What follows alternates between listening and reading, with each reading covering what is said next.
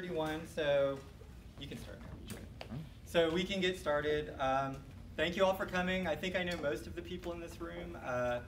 And for those of you that I don't know, I'm Joseph Geierman. I've lived in Northwoods since 2001.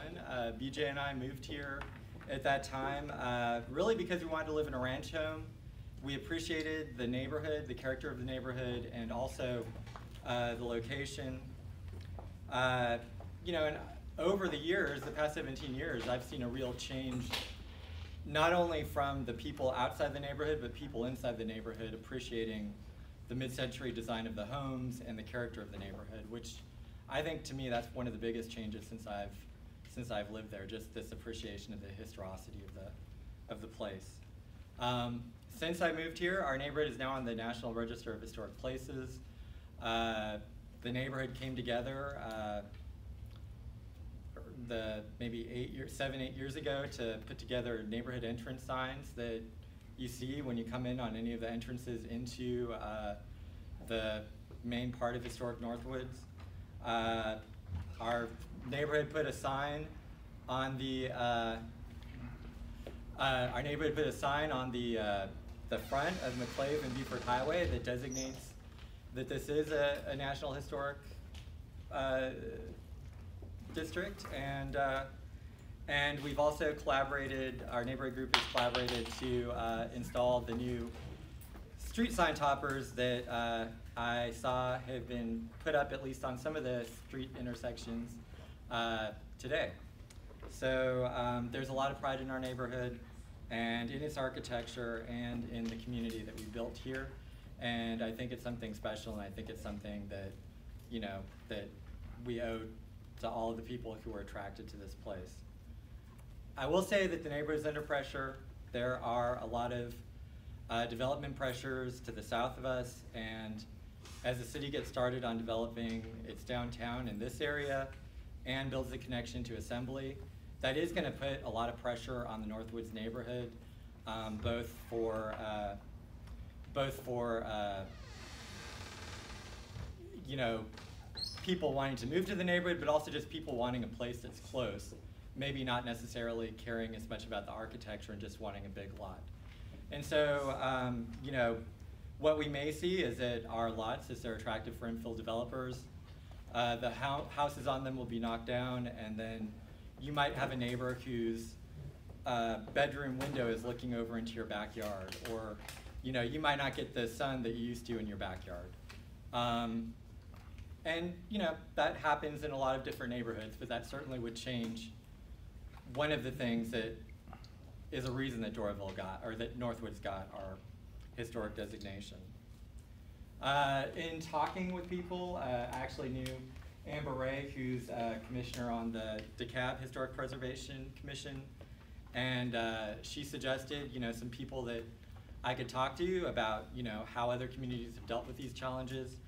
And you know, I really don't have any predetermined ideas about what Northwoods should do or what the future should be, but I wanted to take the opportunity to learn with my neighbors, hear what some other communities have done, hear what's out there, and really that's what this is all about. So with that, I'd like to give the panelists just a quick minute to introduce themselves, and then we'll get started, and I guess we'll start with Amber. Hi, my name is Amber Ray, and I am, like Joseph said, I serve on the DeKalb County Historic Preservation Commission. I received my master's degree in historic preservation from Georgia State, and I work at the Georgia Department of Transportation as an architectural historian. Okay, good evening. My name is Allison Duncan.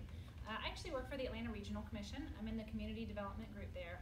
I have an amazing job. I manage the Regional Resource Plan, which is a part of our long-range Atlanta Regions Plan. And in that capacity, I get to work on issues related to conservation and green space planning. I get to work on kind of scenic and agricultural spaces. But then the reason I'm here tonight is that I also get to work on historic and cultural resource planning for Metro Atlanta, which is an absolutely amazing thing. So hopefully what I can share with you this evening are some concepts in historic preservation and land planning related to how we can actually accomplish some of the goals you may have as a community, Hopefully I can answer some questions and share some stories about what other communities are going to be doing in the region. I do actually live in a ranch house, not in DeKalb County, but in South Fulton, so I certainly understand the appreciation you have for your neighborhood and preserving its history. And just really want to thank you for allowing me the opportunity to be here this evening and to share some time with you to have this conversation. I also live in a ranch house. There you go. My name is Art Hansen. I'm president of the Civic Association somewhat south of you, the North Briarcliff Civic Association. If you're going down on 85, if you take Shallowford, the exit for Shallowford, we're east of that. So we go from Echo Lake north to Cravey Drive. We go from I-85 over to past Briarcliff and Peyton Drive. We're about 1,400 homes, essentially all ranch houses. And I have absolutely no professional training in architecture or historical preservation. I'm an anthropologist. My work was essentially overseas, but I got interested in the neighborhood, became president and sort of jack of all trades. I know something about our experiences, but that would be as a citizen like you. So, so what I wanted to do is get started with Art first, actually.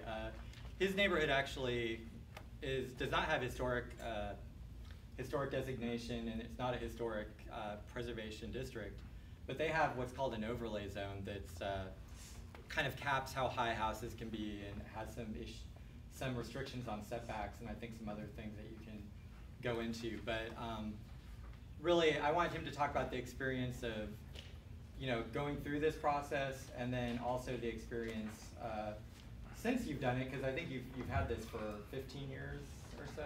Yeah. So, I'll give it to you. Okay. Easy to see you. You can see me if I just stand up. Okay, so the North Briarcliff Civic Association, as I said, we're bounded by I-85, Echo Lake to the south, Cravey Drive to the north. If you go east of I-85 all the way to Briarcliff, that's all us, and past that to Peyton. Back about 2006, back in about 2004, the idea started among some nearby neighborhoods about establishing what's called a RIAD. It's a residential infill overlay district. Okay, it's residential, homes, not commercial. It's infill. We're not talking about establishing new subdivisions. We're talking about an established community, so it's infilling in established residential areas. And it's an overlay because we're talking about putting something on top of the regular zoning.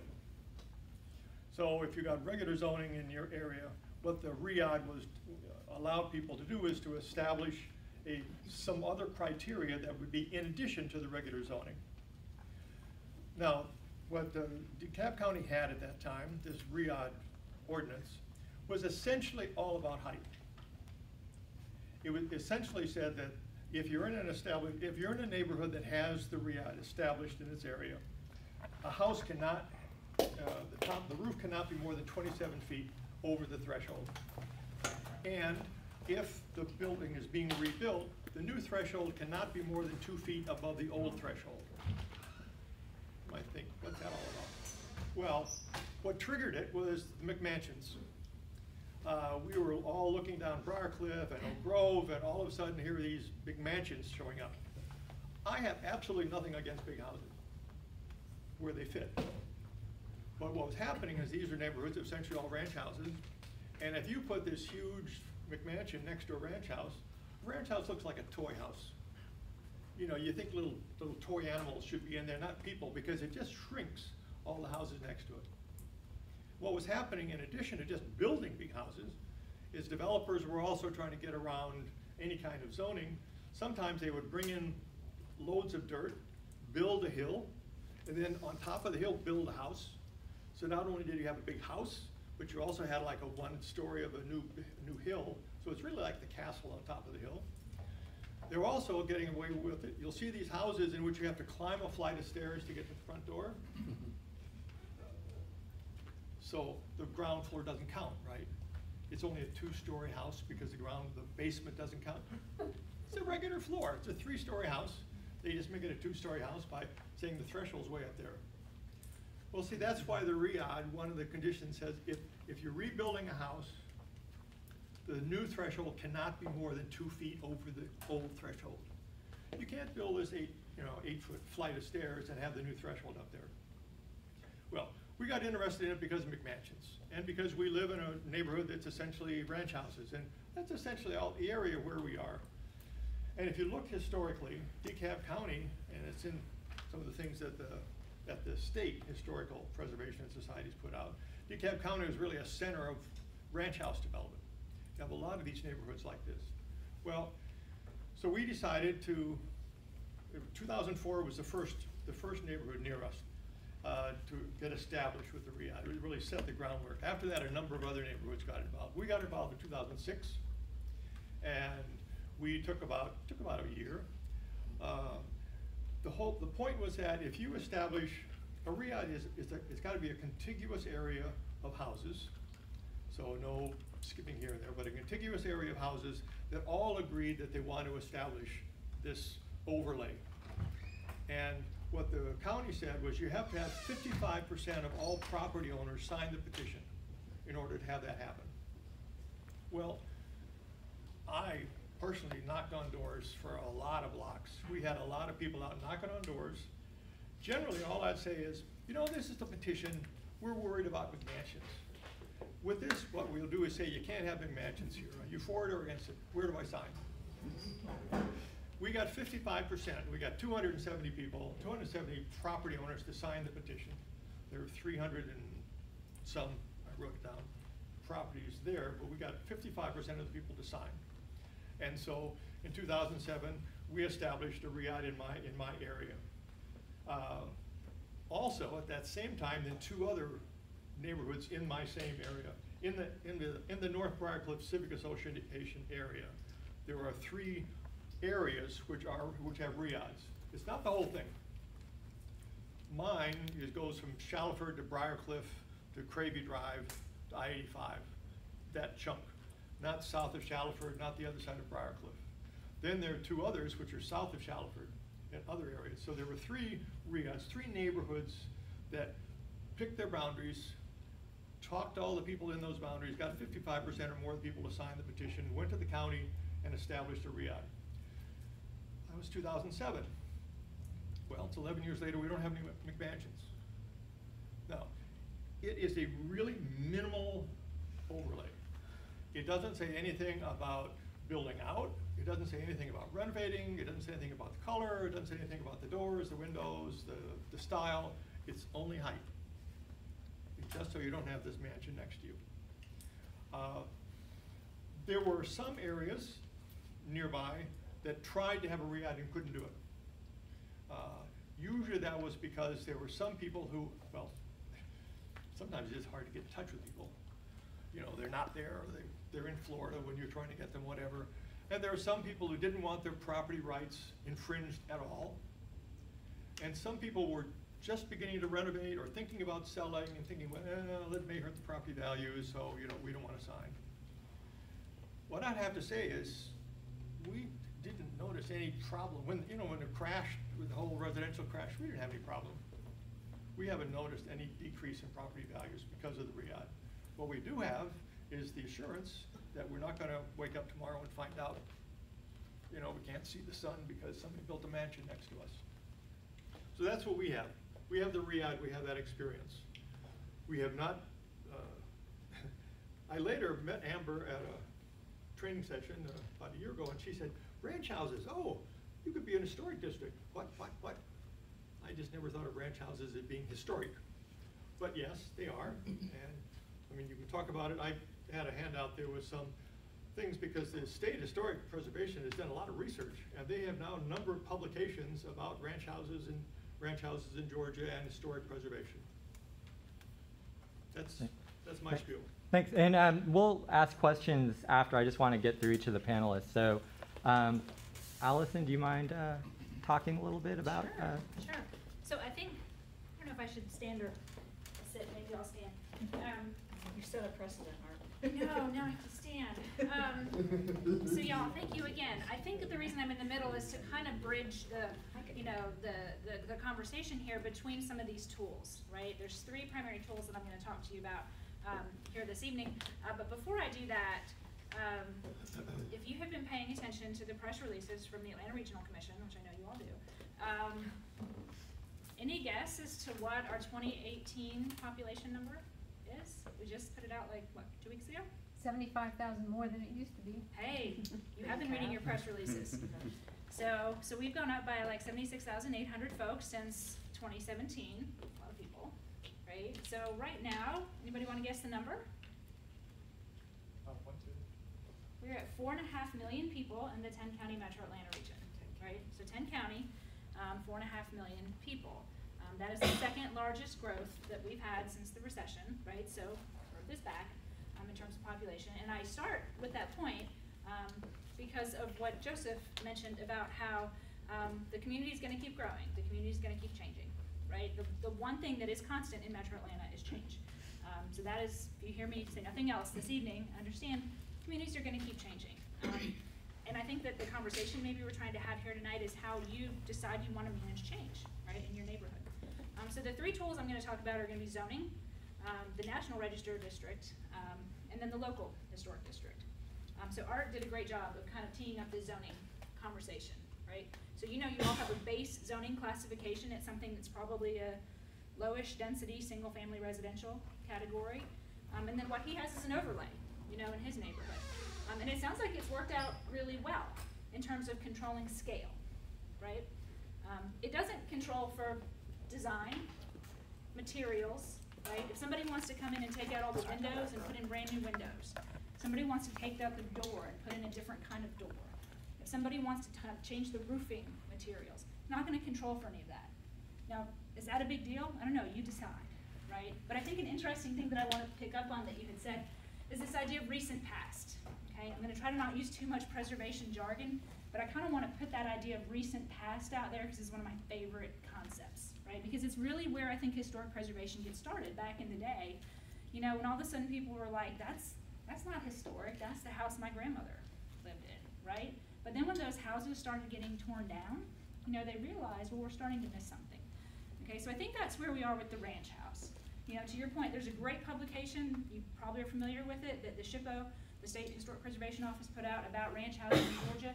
And DeKalb County, they call DeKalb County ground zero for ranch houses nationally.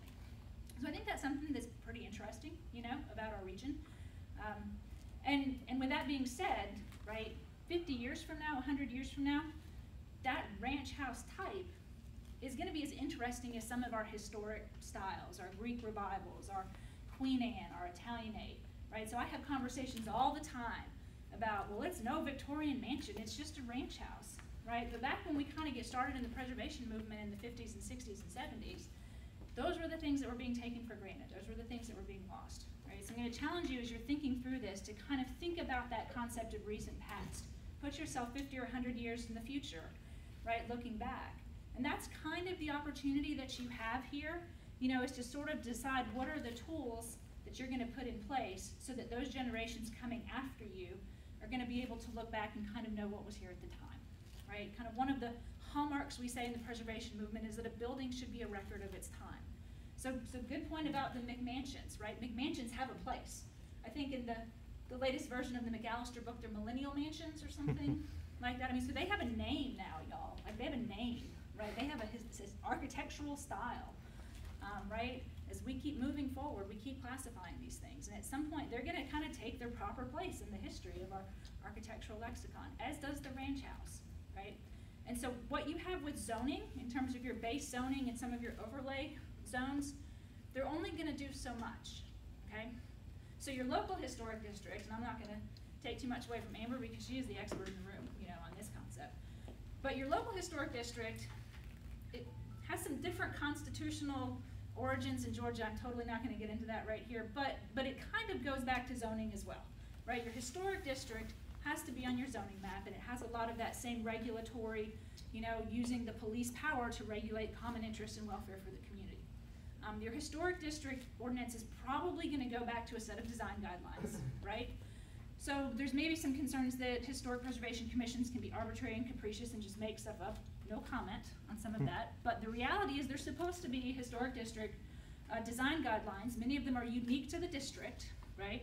So you don't just copy paste something off the internet and say this applies to you. You should be going out and looking at the specific architectural style that's characteristic of your neighborhood right? And you should be writing some design guidelines, and those design guidelines should go hand in glove with whatever your Historic Preservation Commission is looking at to make decisions about a lot of those changes, about your windows, about your doors, about your scale, about your massing. So in many ways, it's an extension of a lot of what Art has shared with you. You know, it just goes a little bit further. Is it gonna impose restrictions on what you as a property owner can do? Absolutely. But I encourage people to think of it, more importantly, is it's going to impose restrictions on what your neighbor can do, right? And it's gonna have the full force of the police power of the local government to come in and say, you might be a great neighbor, but our tastes may not be exactly the same, right? And so it kind of helps control, you know, some of those things, and have a public forum. Historic Preservation Commission meetings are open to the public. The decisions are public record. Everybody gets to come and kind of share their thoughts and their input about that. There's an application process so you can see what's going on. So there really is a lot of transparency built into the process about how those decisions are made. More on that is going to come from Amber. So that's zoning, that's local historic district designation. The third tool I want to put out there is your National Register designation. Okay, so super proud. You should be super proud that you have a National Register designation. The National Register of Historic Preservation, the National Register of Historic Places is the nation's official listing of places worthy of preservation, and that's amazing. But in terms of regulation and what it accomplishes, the answer to that is not much, right? In terms of being able to actually control or impact or influence, it's pretty much just an honorary title, okay? So that being said, there's some tax advantages, right? And I'm totally not gonna get into the weeds of tax credit programs now, but there's some tax advantages for being National Register listed property. There's some kind of state property tax abatements and things like that potentially for being National Register listed, National State Register listed property. I'm assuming they went hand in glove. Beyond that, if there's state or federal transportation projects that may impact your neighborhood, there's gonna be some review and mitigation potentially that would, you know, come along with that. But in terms of actually protecting any of the design, protecting from demolition, there's nothing that the National Register listing is gonna do. So I think that one of the most common misconceptions that I see over and over in communities around the region when I speak about historic preservation is they think that National Register listing is gonna protect from demolition, and so absolutely won't do that. So those are the tools that I want to share with you here this evening. I really look forward to the opportunity to answer any questions that you may have or talk further about it, but I think now I'm going to turn it over to Amber to finish out this piece of our presentation. Great, and I'm going to stay seated because I tend to pace, and I think that would be difficult for the video recording.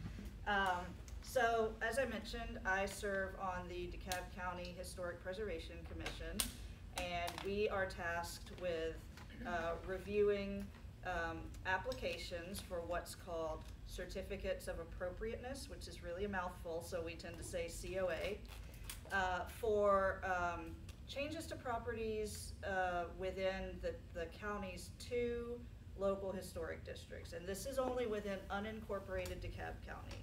So Decatur has their own Historic Preservation Commission. Avondale Estates has their own. This is only within unincorporated DeKalb. And the 2 local historic districts that we have are Druid Hills and Soapstone Ridge, which is a district out closer to Lithonia. And so, as Allison mentioned, it's a process that is very transparent. We hold monthly meetings, and what happens is, if a property owner for property within the district wants to make changes to their property, whether, you know, routine maintenance is not a concern, is not something that would require going through this design review process. But things like building an addition, changing out the windows, you know, building a porch, you know, these sort of larger scale projects. They come before the commission, and we review the application, we look at the plans that have been submitted, all the information submitted, and review it in accordance with our design guidelines for the district. As Allison mentioned, design guidelines they're not just something that is generic, that is copied and pasted off the internet. It really has to do with the characteristics of the district. So For Druid Hills, the design guidelines have been written in a way that they are specific to the characteristics of that district.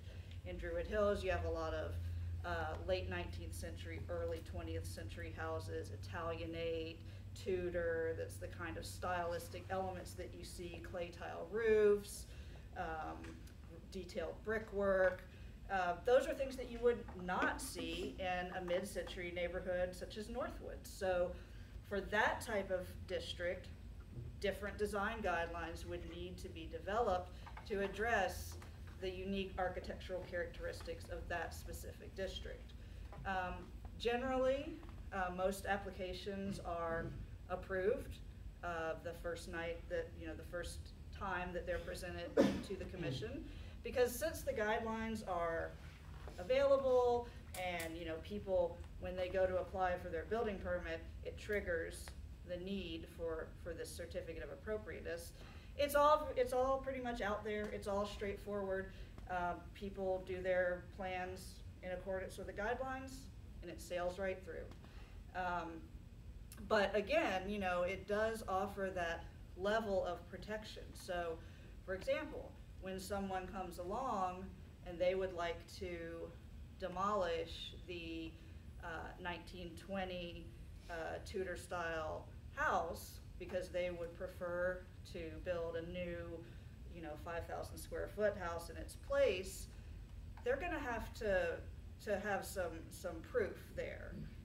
They're going to have to explain, why is this house so beyond repair, so beyond being saved, that it justifies its demolition. And also, the 5,000 square foot replacement isn't happening.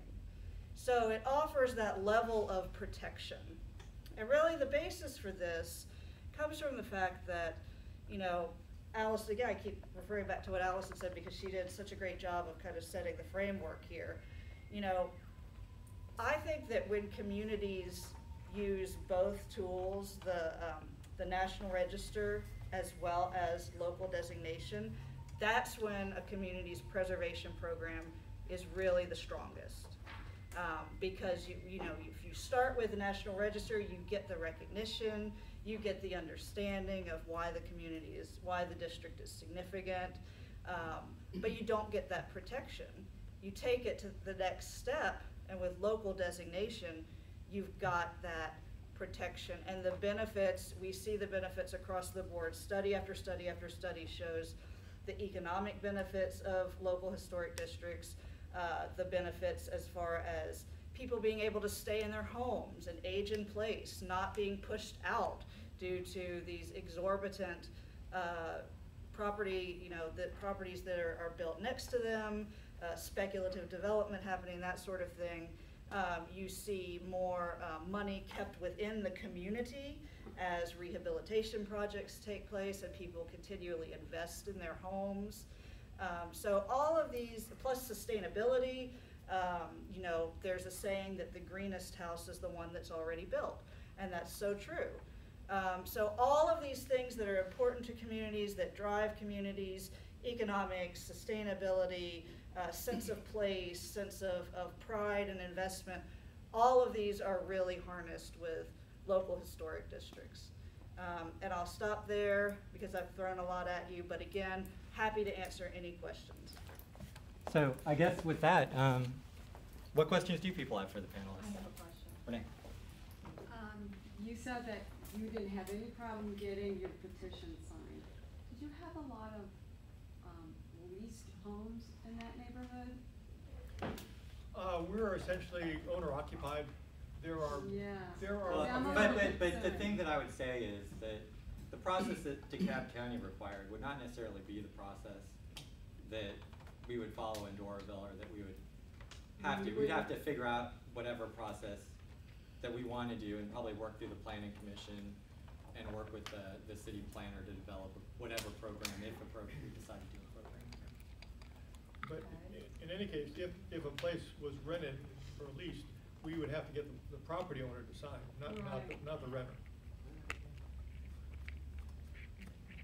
Yes, Mr. Hanson, is there anything that you would have done differently or added to it or wish you had done? Everything fine?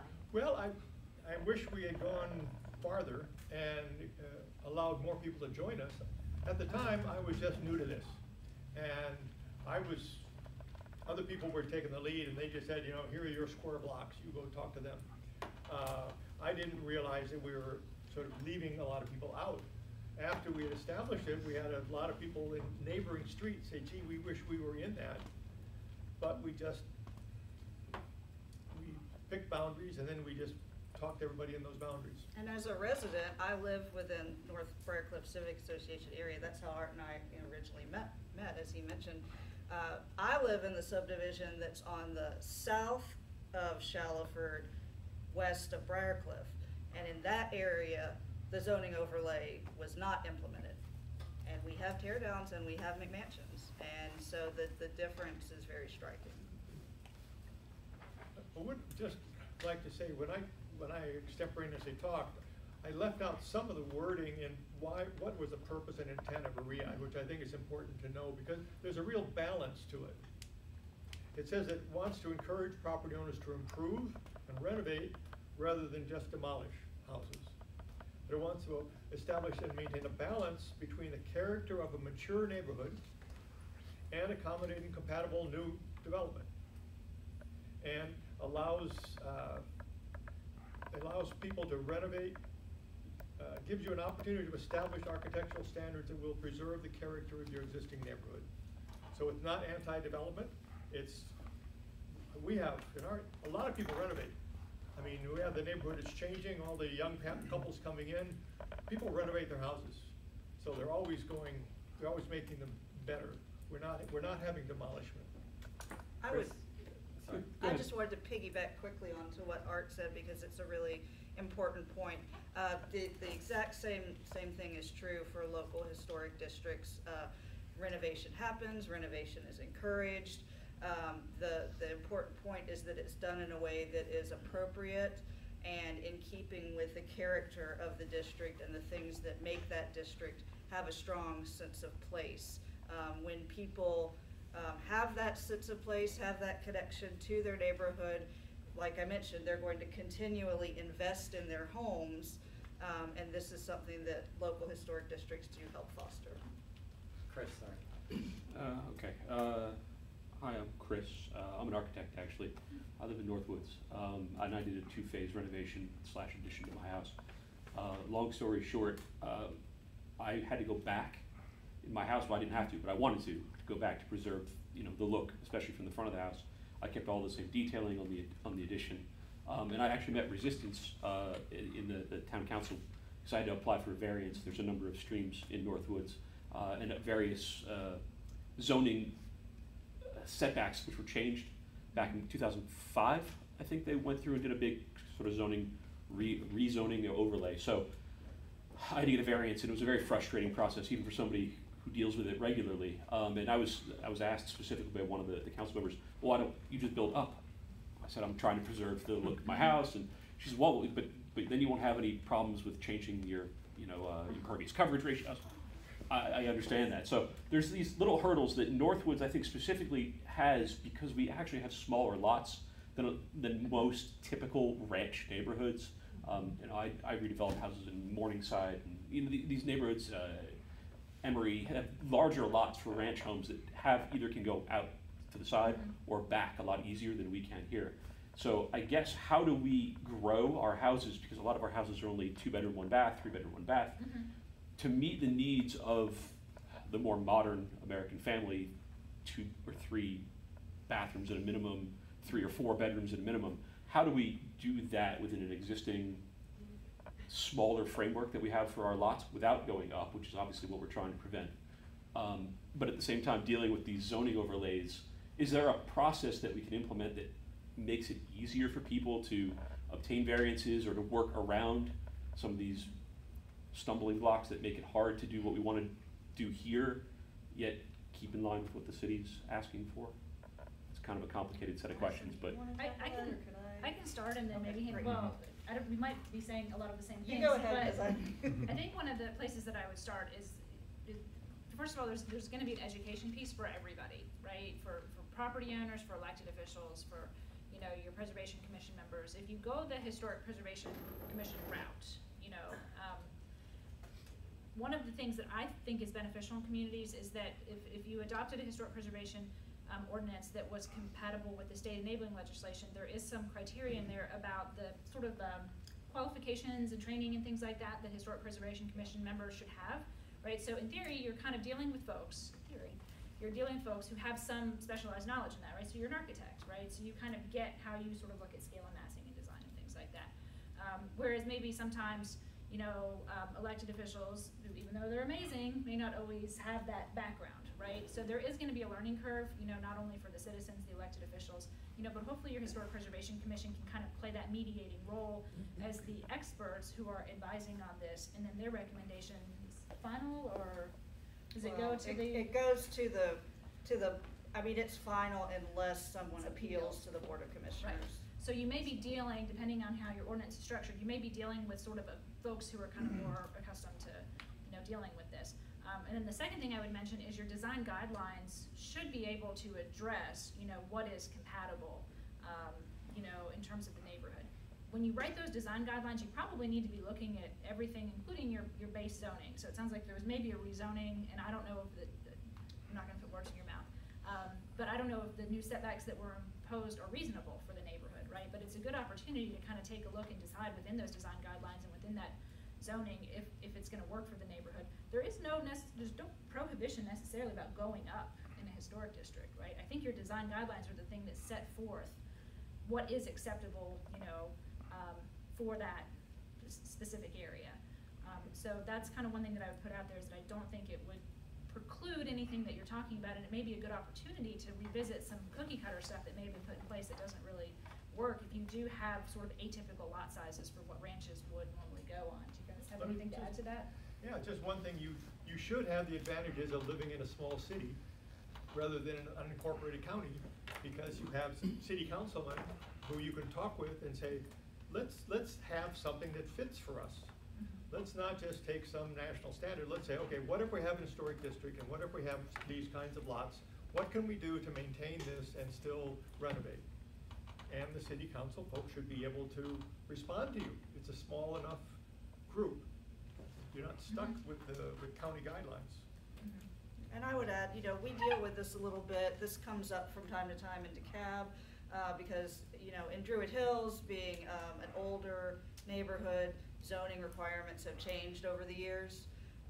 And so sometimes when people do want to build additions or new construction on a vacant lot or things, this comes up.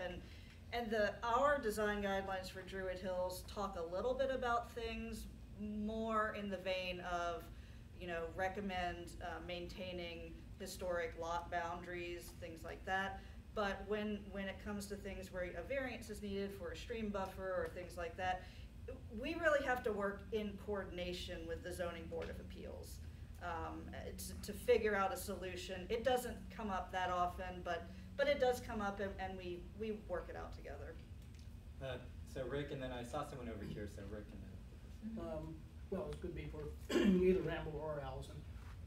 Would you have to establish some kind of organization, homeowner organization, HOA, or some kind of association in order to?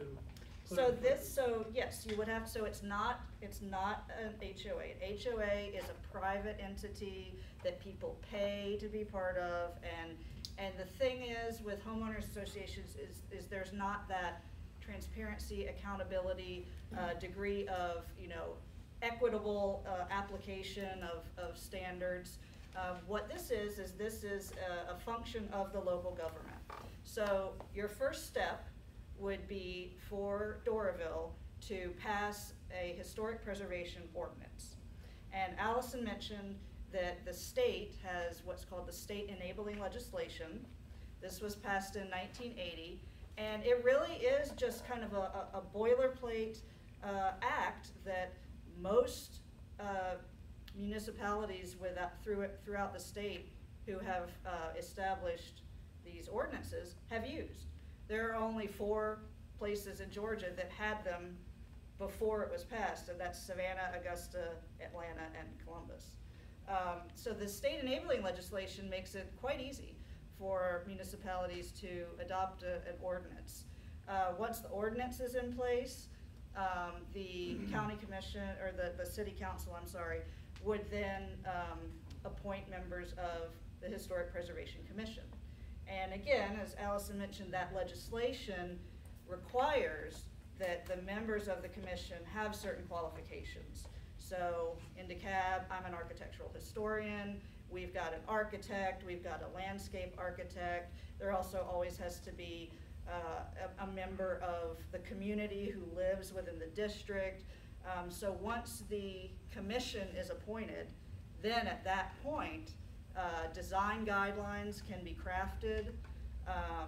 The districts that you want to designate can be decided upon.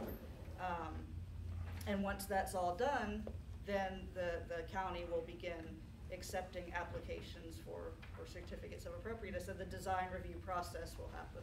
Can I add one thing to that? Because I'm kind of curious, Art, for the RIAD, does that go through planning commission? How is that? Is staff implemented, and then if there's a Went to the question about county commission. Okay, but who interprets it? Is it just the staff? Or if there's a variance request or anything, goes through planning commission and normal process? Right. So, okay, I was just kind of curious to Amber's point, if you create sort of a new historic preservation ordinance, there's a historic preservation commission that goes along with it. For something that's more of an overlay or something that deals, with that, there still would be, I guess, the planning department. Do y'all have a planning commission in Doraville? We have a planning commission. So there still is a body that would maybe interpret and regulate and enforce the regulations, even if there's not so if the decision is maybe not to go to a full historic preservation commission, there still is maybe some ability through a planning commission to achieve some level of control through an overlay as well through your planning commission. Carol, did you have something, or no? Okay, Well, Stuart. I do, but I want to hear Stuart. Okay, yeah, Stuart. I'd like to interject a few facts into this discussion. These tools are very good that you're laying down. What Renee said, and I'll have several points here. What Renee said is extremely important about the leasing or renting. As far as going to renters, or not renters, but people that own these houses and are renting them, we're at 60%, possibly more than 60% rental right now. So getting those people, that 60% that own those houses, not the renters, but the people that own those houses, to sign on to or do things is very difficult. Okay, so we'll just set that aside. We have a zoning law ordinance in our city that requires 2,500 square feet and 2-car garage. So what you have is the builder, and I'll get around to the builder in a minute, is what he thinks of his houses. The builder digs into a hillside or creates a hillside. You were talking about bringing in dirt, all right? But we have topography, so we get a lot of hills. So it's easy to dig into the hillsides.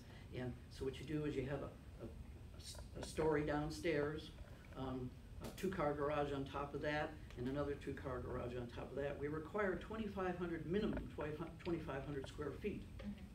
2,500 square feet on a third of an acre. All right, that requires 3 and 4 stories. If we don't change that zoning, and you've all touched on zoning, if we don't change that zoning, all the overlay districts in the world aren't going to help this. Is it So on we- new construction? New construction, yeah, Bill Brackville, new construction. I've spoken to Bill Brackville several times, etc. He's not real happy with the houses he builds. He doesn't like the 2,500 square feet deal.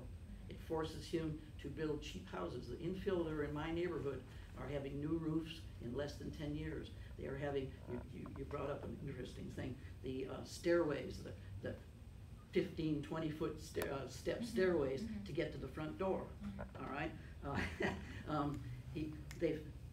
Two of the infills are being completely redone right now, or those stairways and those porches are completely redone because they're falling apart. So I could address 2 of the points made. One is regarding, Art mentioned that for the RIAD, owner signature was required. That is not the case for a local historic district. There is no requirement in the state enabling legislation, and thus in the ordinances that municipalities But you adopt. have to have owners that- to decide those. that